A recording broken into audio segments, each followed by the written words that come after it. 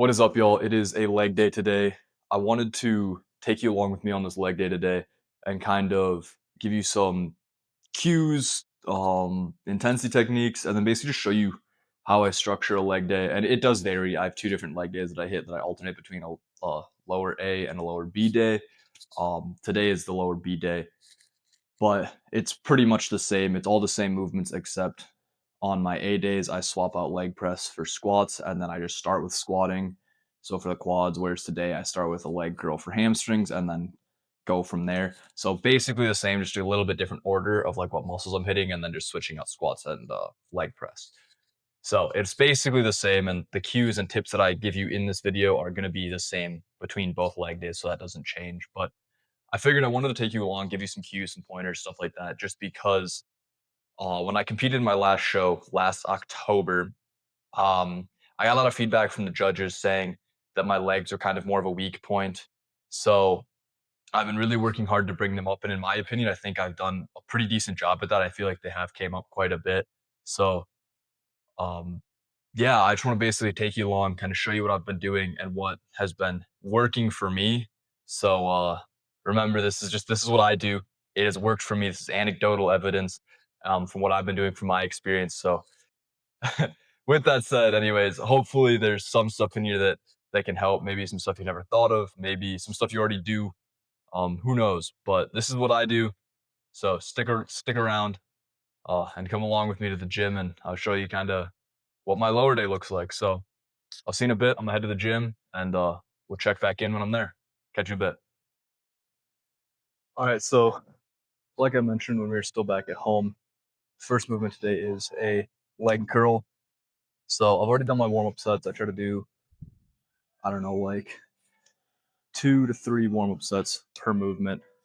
Usually more on my first movement, so probably more like 3 to 4 on this one. And then as I go, they'll get less and less because my muscles are more warm. Like on leg press, I'll do a couple just to get the quads warmed up. But then from there, I'll probably only do like 1 or 2, just a feeler movement kind of, and then get into it. But that said, when I'm doing these leg extensions or leg curls, my bad, I first thing when you're kind of setting it up, you want your knee in line with this little rotation point. And then how I've noticed another good way to set that up is take a fist, put it on the seat, and then your fist should go from like the seat to about your knee, like under your knee here, as you can see.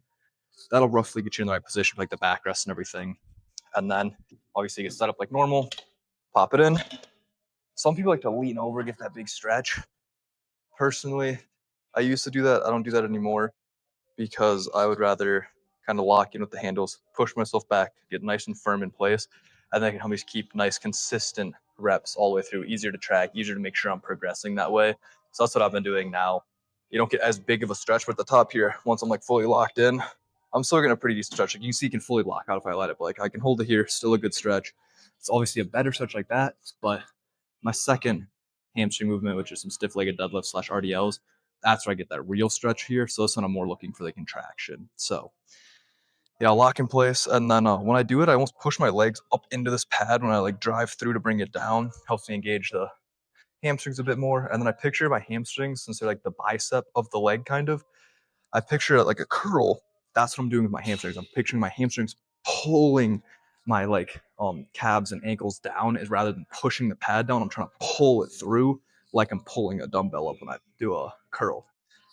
Anyways, that said, I'm gonna do 2 sets here. I do 2 sets, 2 top sets on every movement in about 8 to 10 rep range. So with all that said, let's get into these 2 top sets. Like you, be strong to hold the powers of the sun.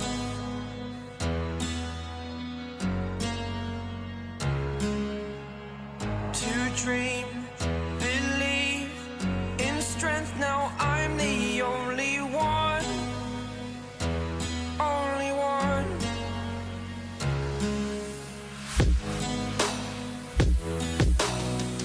I was an ordinary boy until I broke the rules my life destroyed. All right, and then an intensity technique I like to use on pretty much every movement. It's my second top set. If I don't get 10 like that, right there I just got 8. I'm kind of doing a rest pause right now, so while I'm talking, I'm resting, still staying in the machine fully locked in. Try to do about 10 seconds. I don't know how long it's been. I haven't actually been counting, but I'm just getting rest. So then same weight, same everything, I can go and hopefully get at least 2 more, if not more, to get to a full 10. But I only count those first 8 reps for tracking purposes, because those are the first 8 I hit, then rest, pause, and then I can do a little bit more. So let's do as many more as I can now.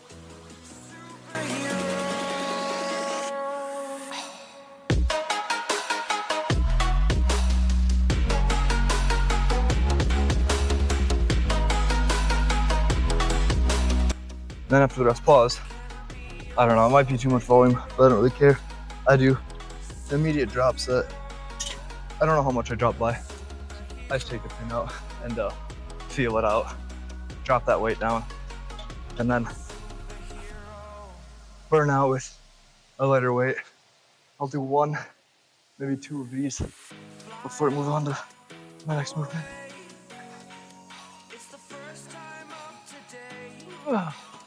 Yeah, we'll drop it 1 more time. And then this will light your hammies up. They're already on fire.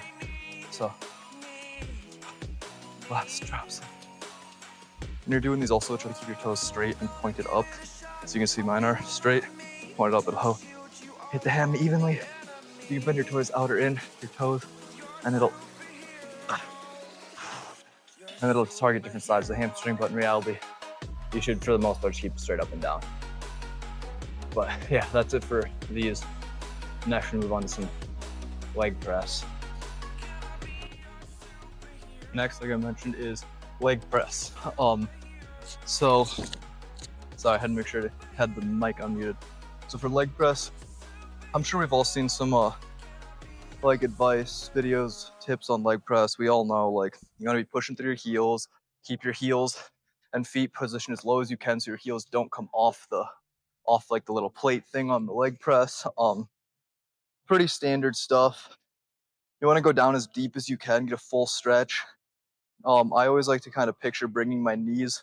I try to push my knees past my toes, like everything, because part of quad purpose is like that knee flexion. That's why you do leg extension for this. So also go like this, and my knee past my toes as I push out. It's extending that knee. So kind of pushing those knees forward if you can. That's why you also want your feet low. And then to get that deep stretch, I try to picture almost bringing my knees also almost like my armpits in a sense. You'll probably see it in the video. I hope I'm explaining all that decently, but we got the 2 sets here, potentially some rest pauses if needed, if I don't hit 10 on the second set, and then drop set per usual. So that's also all good and well. I do some kind of special stuff for the drop set here. I switch my form up just a little bit, and I'll make sure to show you guys that when we get to that point. But for now, I have my 2 top sets, so I'm gonna get straight into those.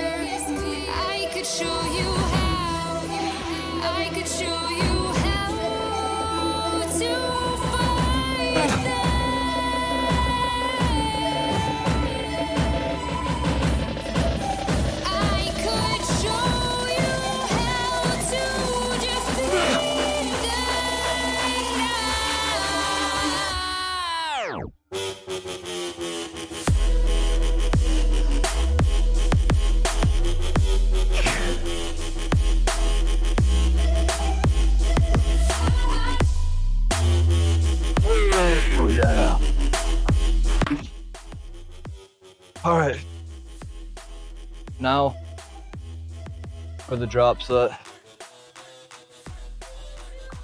I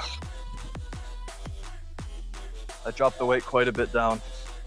I go from about 495 on the bar down to just 225. So a pretty decent drop in weight. Gives me a little bit of time to actually catch my breath too. So 225 now. What we do here, slight change in form. I kind of bring my legs close together. As you can see, foot position is really close and wide, like duck-billed almost, or duck-footed. If you know anything about Tom Platz, this might look familiar to you. He does this on hack squats and normal squats. Granted, Tom Platz, he said he didn't actually do leg press. Only time he did them was for a photo shoot, but I like leg press. But so you go here, nice and close together, and then you just burn out. You just push as many as you can, and controlling it, but tempo doesn't really matter here. It's just going, going, going. All right, I'm locking now. Force me now, awakening is clear. I could show you how. I could show Oh my God. you how to fight them. You can also kind of rest pause on this if you want to. I could show you how to defeat them now. And after that, my quads feel like jello. So now we'll rotate back to some hamstrings and do some RDOs. As you can see, I rotate back and forth from hamstring, quad, and then we'll end with calves. So let's go move on to some RDOs.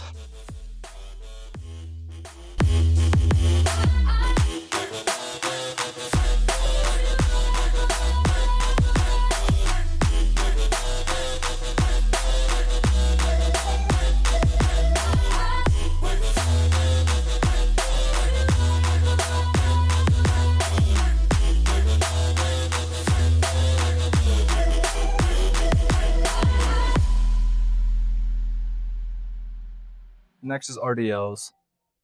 Got to throw on the trusty Versa grips because, believe it or not, my forearms cannot handle the load that I need to use for, cannot handle the weight that I need to use for RDLs. It would fall out of my hands. But, so for RDLs, in my opinion, one of the best hamstring and glute growers that I do. I say it's always important to do a leg curl and a hinge exercise, like an RDL, an SDL, a good morning, some sort of hinge you should be doing in your leg days or your hamstring days specifically. But mine are a lower day, so it's hamstring and quads, so overall leg day basically. But and make sure you're keeping your core tight. You don't want to be like bending your back a lot. It'll give you some issue. It'll hurt a lot. You gotta focus on hinging at the hips when you do this. And then picture pushing your butthole to the wall behind you. Just push your ass to the wall behind you, try to touch it while keeping those legs straight and going back like that.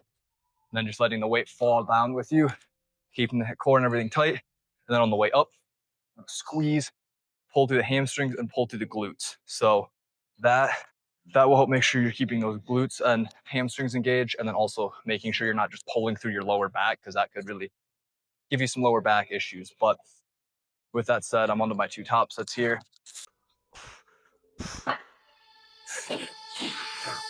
Wherever love goes, there is also misery. It's no mystery. And you and I, we got history. Yeah. Wherever love flows, there is also tragedy. When we're in too deep. And you and I, we got history. Yeah. Go look in the mirror, say, hey, I'm sorry for all the pain. I'm sorry for all the pain. Go look in the mirror, say, hey, I'm sorry for all the pain. I'm sorry for all the pain. Go look in the mirror, say, hey, I'm sorry for all the pain.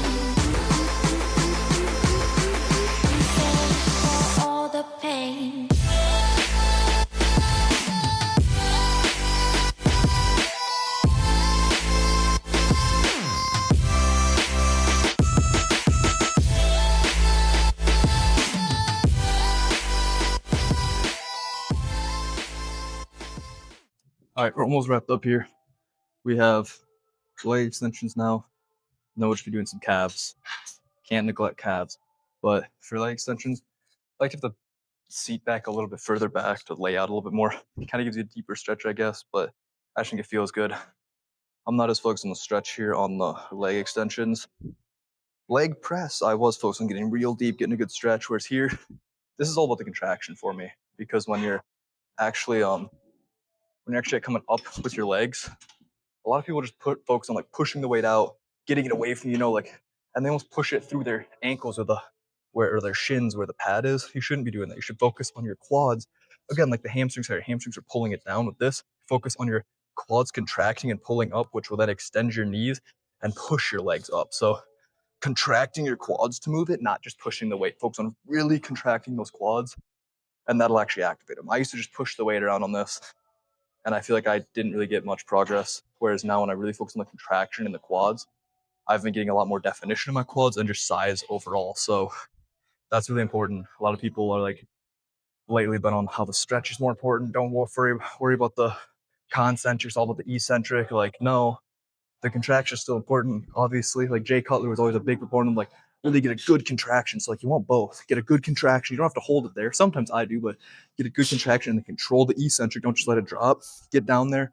You don't have to stay down in the bottom for too long either. Let it get down there and then contract up. Just keep tension and keep it controlled and you'll be good. But 2 sets here, and then we'll chat about some calf raises. They're pretty straightforward though. Everyone knows how to do some calves. I'll just give my thoughts on it and then we'll wrap it up. But let's get into these.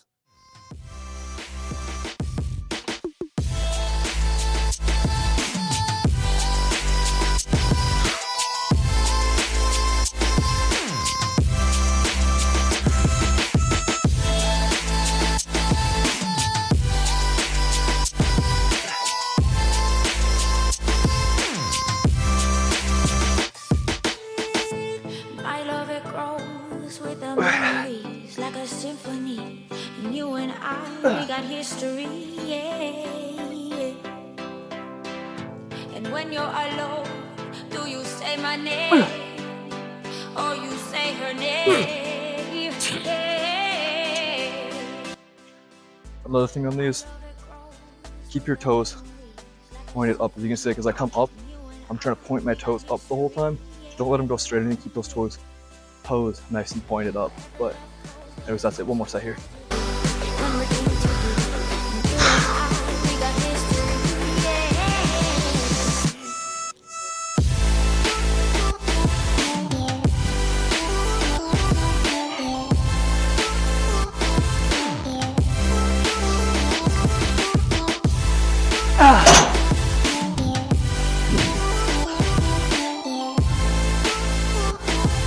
Rest, pause again.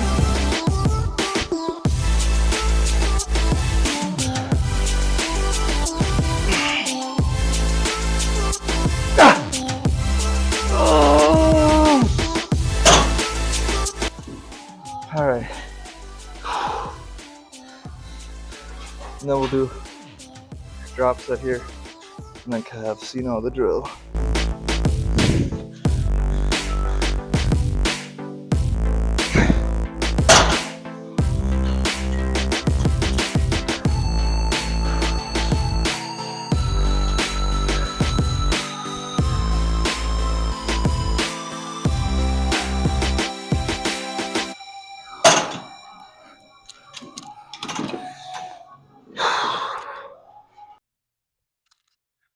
All right, last thing we have is some calf raises.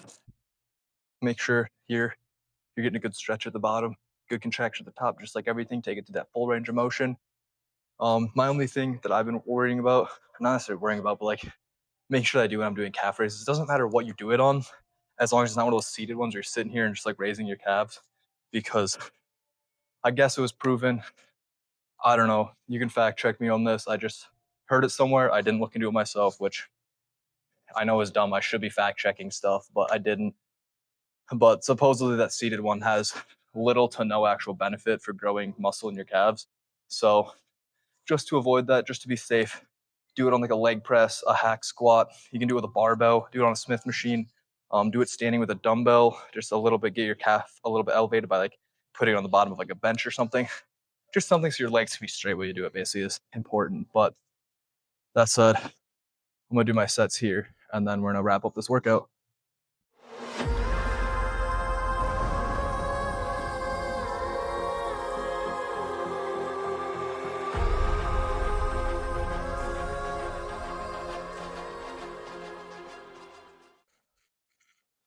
We're officially back from the gym.